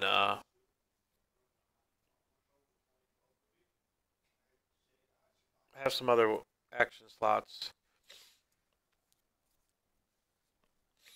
So the primary would be number one. We're going to find out if you press one, that switches to your primary. Two would be your secondary. Three would be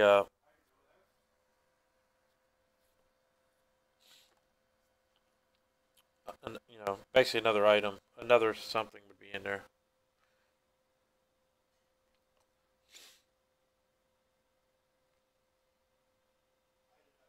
So we'll have, let's see, I've got to think how many extra slots would we have. I guess we can go all the way up to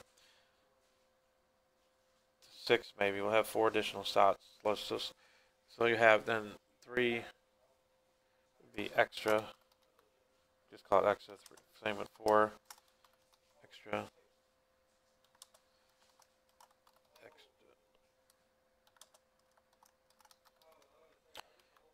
So that'll be primary, secondary, then extra slots 3, 4, 5, and 6. That's 6 there, plus the 12 additional storage slots that just hold stuff in like a backpack, more or less a simulated backpack storage. So that's a total of 16 items. Now, items that are in your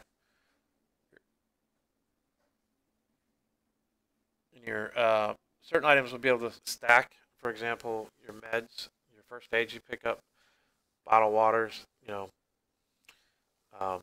so thinking of that, actually just mentioning that brings out another attribute we'll need, is whether the items are stackable or not.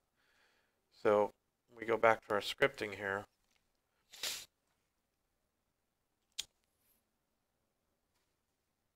That's complete. I didn't realize I named that the same as inventory item.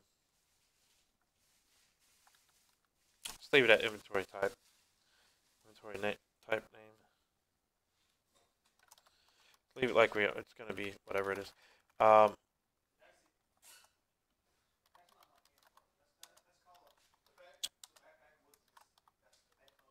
Okay, shoot.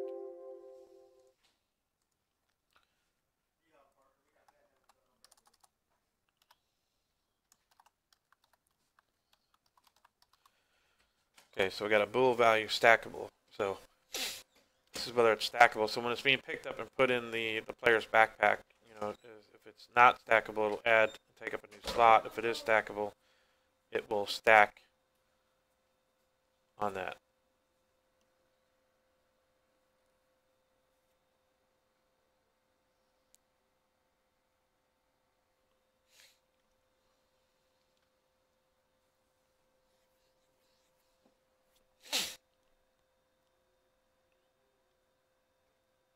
All right, so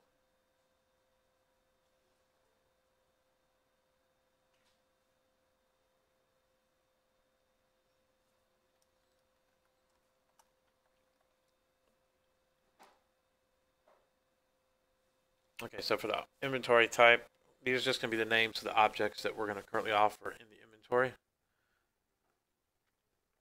That'll be out there, and we can expand it. Like I said, this can be expanded later. We're just trying to build a small framework here.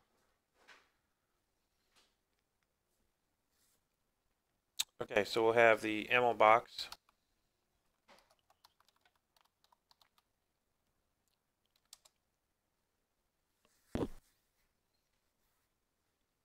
Baseball bat.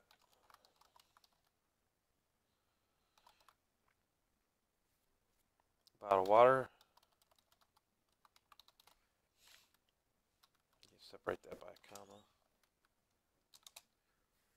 First aid.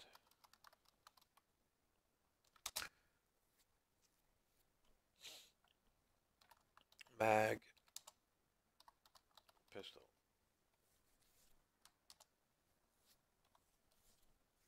Alright. So we've got that defined. Let's save this before the thing crashes on us and we lose lose all that.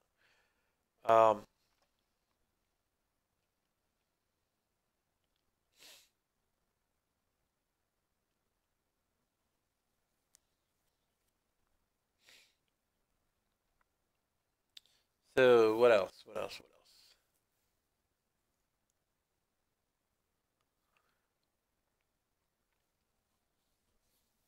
All right. So our inventory. We're gonna need to, as we add inventory items or items to the inventory, the master inventory. We're gonna need to have a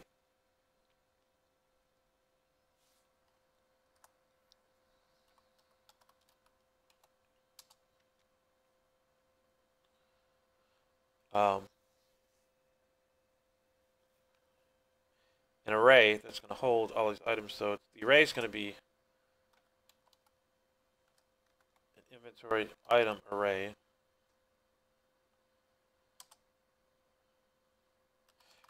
We'll call it master inventory.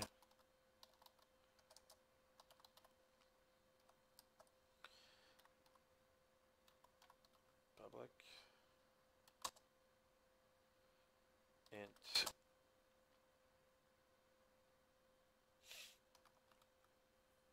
max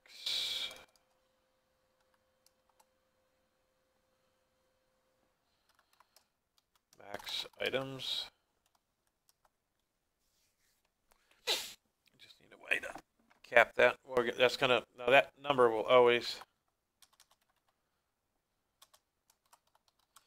this defines the number of unique item slots in the inventory item array, basically.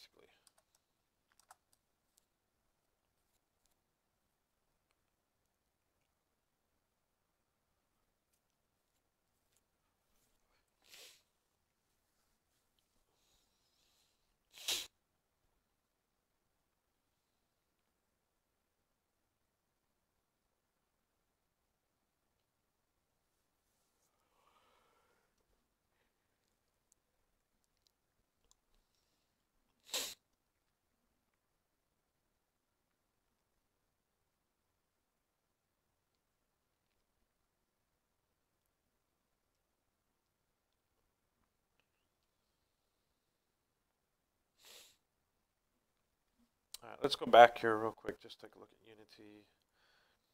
Let's see how these prefabs are. What are they? Yeah, these are game objects. So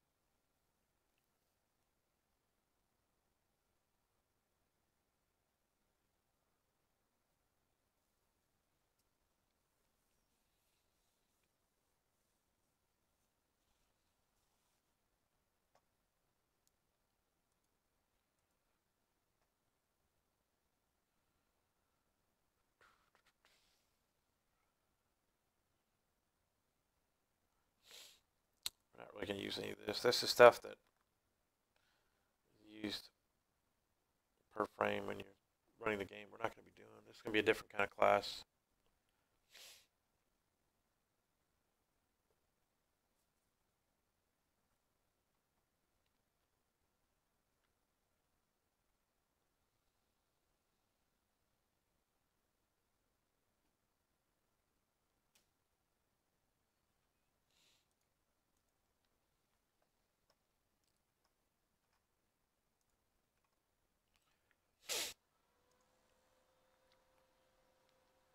All right, so we said we're going to add this to the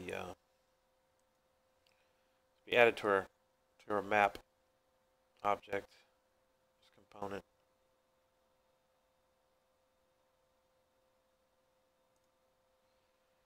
So we've got a games controls thing, which we defined in there. It was just a the user hits escape while this game is compiled into a standalone, and it's running. If you hit escape, it will allow the user to exit. So we're going to add another script, our script, scripts, speed inventory manager.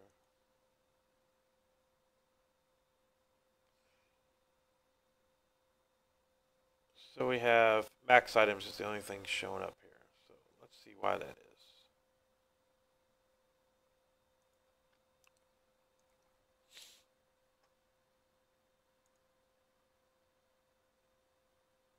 Okay, first of all, it doesn't.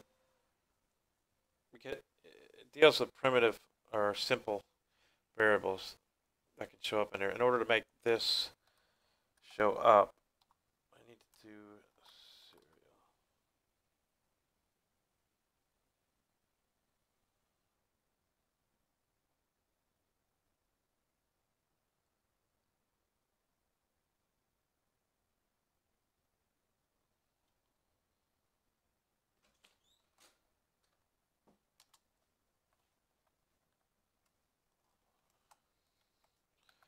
I think that's all I need to do. We're going to find out.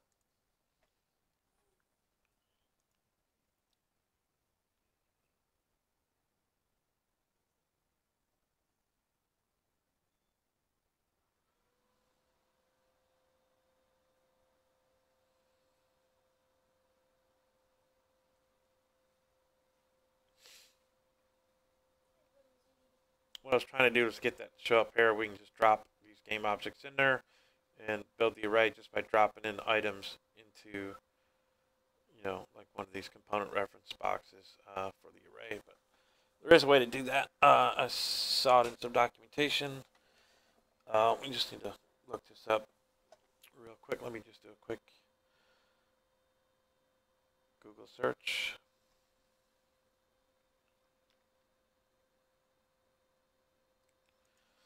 So, how to serialize an array in Unity.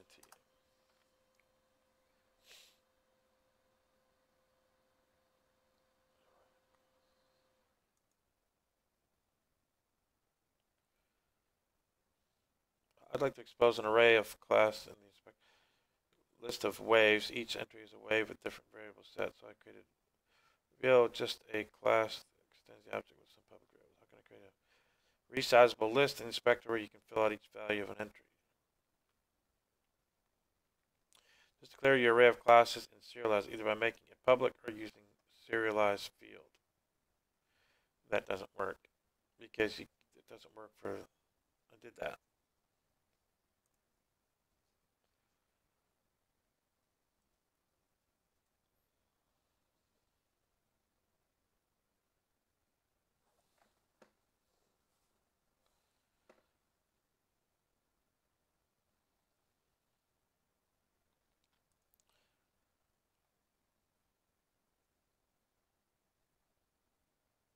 Okay, so you're writing a really cool editor extension in Unity and things seem to be going really well. Get your data structures all sorted out and really happy with how the tool you have written works. Then you enter exit and play mode. Suddenly all the data you had entered is gone and your tool is reset to the default just initialized state. It's very frustrating. Why does this happen? Da, da, da.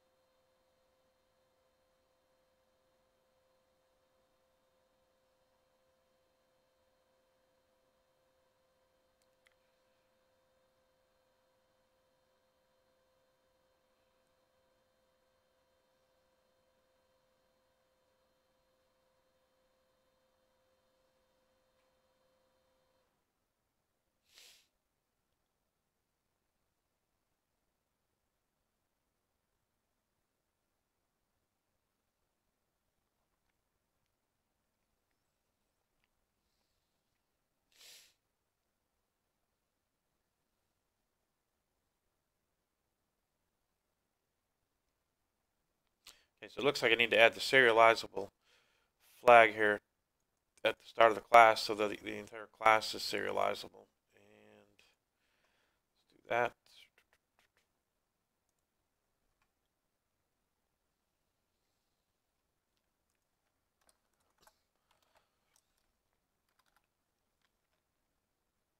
And then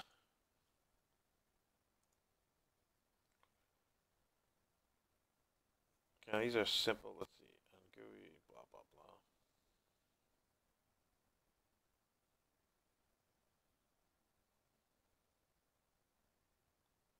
Maybe that's it. Maybe that'll work. Let's see. It's pretty simple if that's all it is.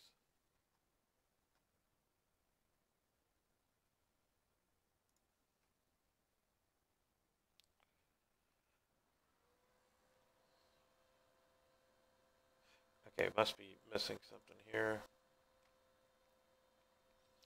System, I think, so we need to add this using system. I remember seeing that in a video. Yeah, we're just going to need to add using this way, a system, just like that. Takes care of that. Now, I didn't do it on these other ones. I just wanted to see if this one would show up. Then we'll add it to the other ones as well.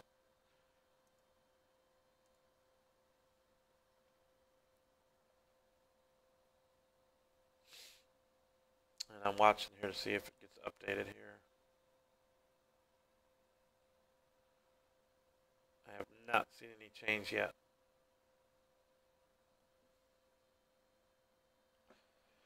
Okay, there are inconsistent line endings in the asset script inventory management script. Some are macOS, Unix, and some are Windows. Why would it be? All right.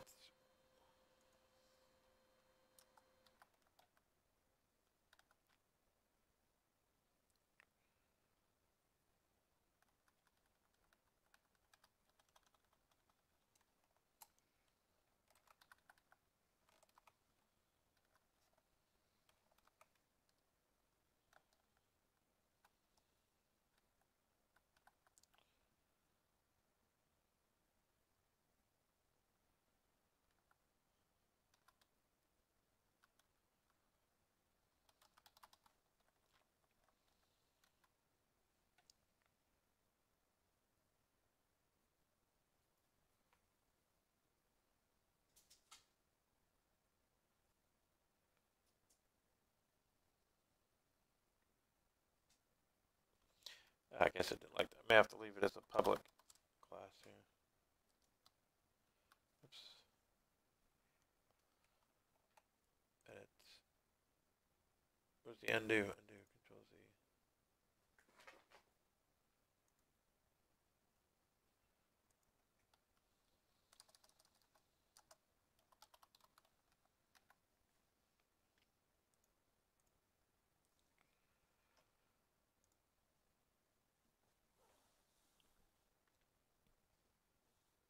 See, it should, once going through that, it's saying it'll show up here in the GUI of the Unity in the component manager. You can just drag and drop items in there. That's essentially what I was wanting to do with this. So let me probably have to do a little research, but you can see the direction I'm going in on this. I know it's been a really long stream. When I finish this off, it's probably a couple hours anyway. So I'm going to continue to work on this off stream and get something functional. And on the next stream I do, we'll review what I've done and continue on, and we'll work on the actually using the inventory manager class in the game and getting it to spawn items and allowing us to track some inventory. So we're going to slowly work that in. It's probably going to take a while, but we'll just work through a series of videos that will work through this entire setup and come get something that's completed. So thanks for following and watching. Definitely subscribe if you want to know when I come on again. Till then, we'll see you. Take care.